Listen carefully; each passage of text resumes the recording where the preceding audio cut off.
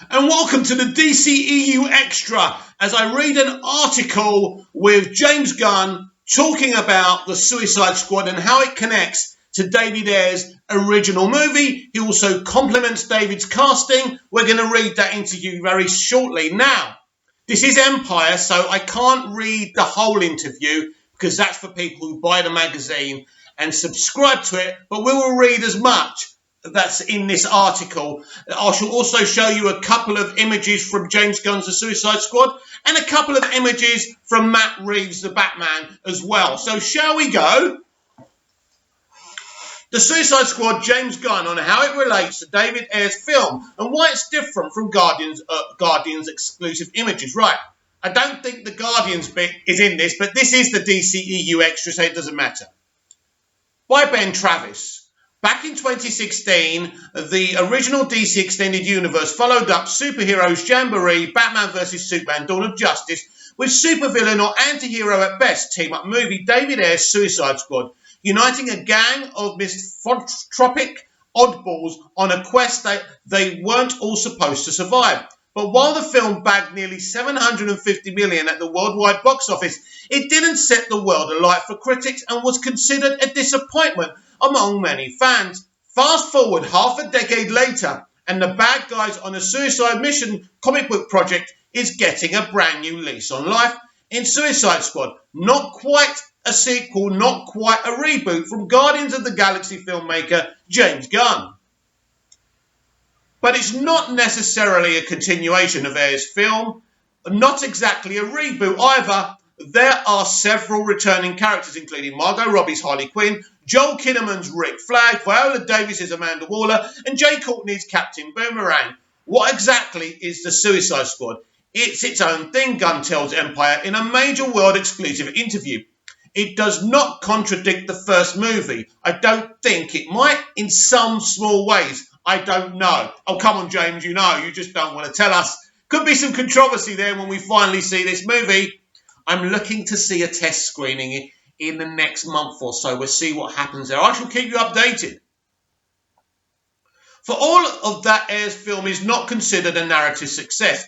Gunn has plenty of praise for the original squad. His predecessor assembled so much so that he brought plenty of them back. Listen, David Ayer's got in trouble for the movie, he says. I know it didn't come out how David wanted it to come out, but he did one really, really great thing, and that is he picked fantastic actors to work with. And he dealt with these actors in building their characters in a really deep and fearless way. It's something David definitely deserves to be lauded for, and it's definitely added to this movie. Absolutely.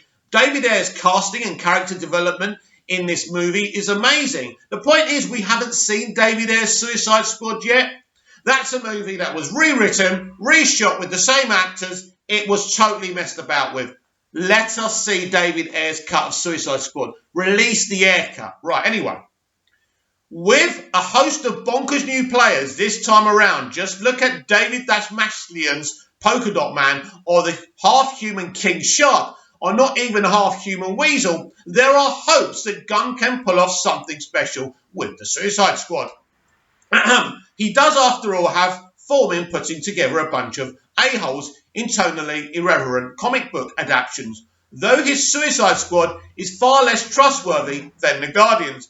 I think you know from pretty close to the beginning that all of the Guardians are good, apart from Nebula, who's the outlier. Gunn explains, but in the Suicide Squad, some of the characters end up being good. Some end up being terrible. They don't just get in fights and say they're going to kill each other. They actually do get into fights and kill each other. Wow. You really don't know who's going to live, who's going to die. I was given full freedom to kill anyone, and I mean anyone by DC. Let me repeat that, because I've been saying that for a few episodes of the DCEU Daily and Extra. Let me reread this, because this is a pivotal moment to confirm what I'm saying, that I may be a small YouTuber that barely gets 30 views on his videos, but I know what I'm talking about. I'm connected. I have sources. And again, I was given full freedom to kill anyone, and I mean anyone, by DC. Now, I have a theory that he's going to kill Harley Quinn, and that confirms it. Not that it's definitely going to happen, but it's not off the table. Very interesting, James. This excites me even more. There's nothing like a movie. Right, we've seen this before, but take a look at that. That's the front cover of Empire. Can you see it? Pretty awesome, right? Anyway, we go on. Yeah, that's it, I'm afraid. Read Empire's full world exclusive. Basically, if you want to know what else James said, you're going to have to buy Empire magazine or subscribe to it so you can get it via online. But that last bit is very, very interesting. So what is this film going to be? I think this is The Deadly Dozen, or whatever it's called. It is a film with a bunch of no marks having to do the right thing. I mean, the thing where he says, this is not a case of a bunch of bad characters saying, I hate you, I'm going to kill you. This is a bunch of bad characters, as James says, that say I'm going to kill you and actually do kill each other. So some of them will kill each other. That's nuts, right? That's absolutely balmy and insane. Listen, I love Zack Snyder. I love the original DCEU, but I'm not one of those who thinks only Zack Snyder should make every single film in Hollywood's future. I love the guy and I can't wait for his Justice League movie and beyond. But I'm happy that James Gunn's doing this. Of course, David Ayer should be doing this sequel. David Ayer should have had his true vision released from the first movie. And it's disgusting. But with every cloud sees a silver lining. And this guy knows how to deal with groups of characters. This guy has a record of pulling it off. This guy is Mr. Mainstream. He's the kind of director the mainstream like. And a lot of people say, well, fuck the mainstream. We can't fuck the mainstream.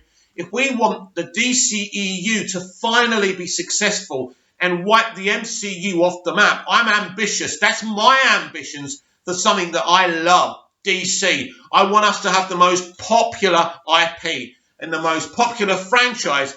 And this is why it's really, really important that we embrace directors like James Gunn and we do not abuse them on Twitter, or Matt Reeves, or David F. Sandberg. In fact, David was really funny the other day. He saw something where it says, what's the better movie, Man of Steel or Shazam? And he goes, oh, should I read this?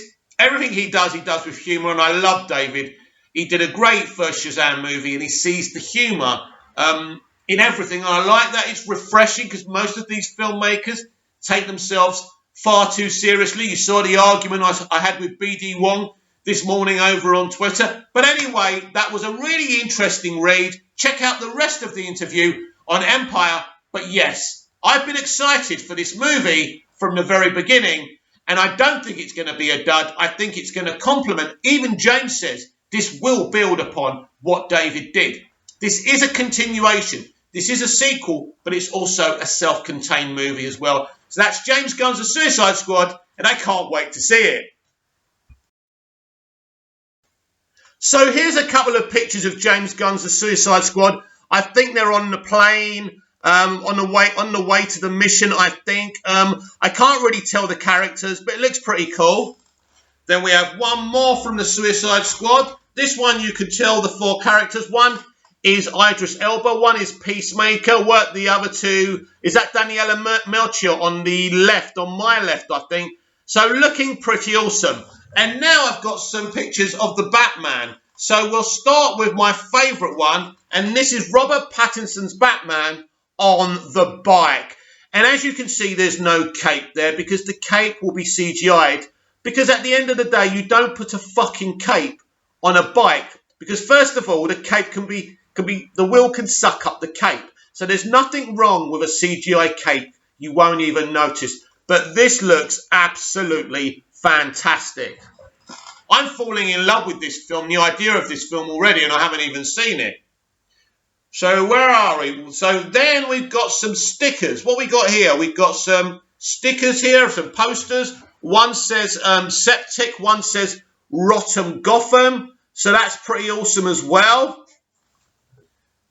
And basically, the rest of that picture is, you can see a bit more of Gotham City there.